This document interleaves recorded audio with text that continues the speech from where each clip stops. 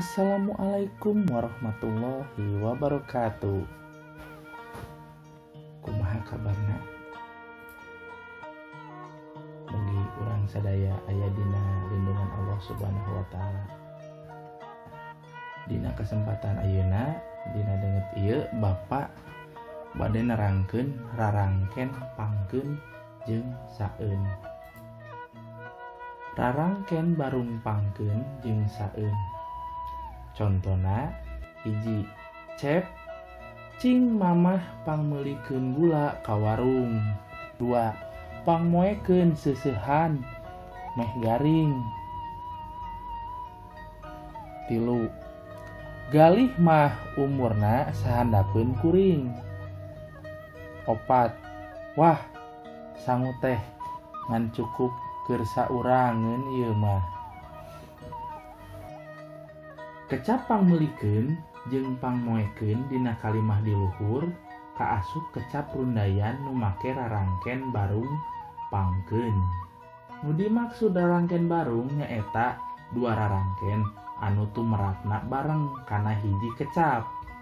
Nah, rarangken pangkeun gunana pikeun ngawangun kecap pagawean anu harita nitah ngalakukeun pagawean ka nulian. Dina kalimah katilu jeung kaopat di luhur, kecap sahandapeun jeung saurangeun kaasup kecap rundayan anu make rarangken barung saeun. Rarangken saeun gunana pikeun ngawangun kecap kaayaan. Nah, di dieu aya kecap pangmeulikeun. Nu kecap dasarna meuli make rarangken pangkeun. Jadi pangmeulikeun. Anu kadua pangmoekeun nyaeta kecap dasarna moe ditambah rarangken pangkeun jadi pangmoekeun. Anu katilu sahandapeun nya kecap dasarna handap ngangge rarangken saeun jadi sahandapeun.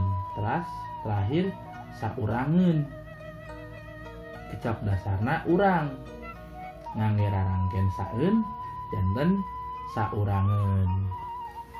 Salajengna kanggo tugas di bumi damel ku hideuk kecap ieu sangkan janten kalimah. 1, pangnaroskeun.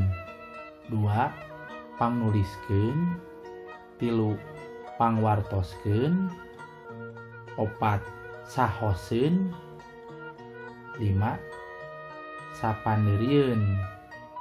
Nah, tong hilap tugasna dikempelkeunna via WA, dikindunkeunna bentuk foto ka Bapak.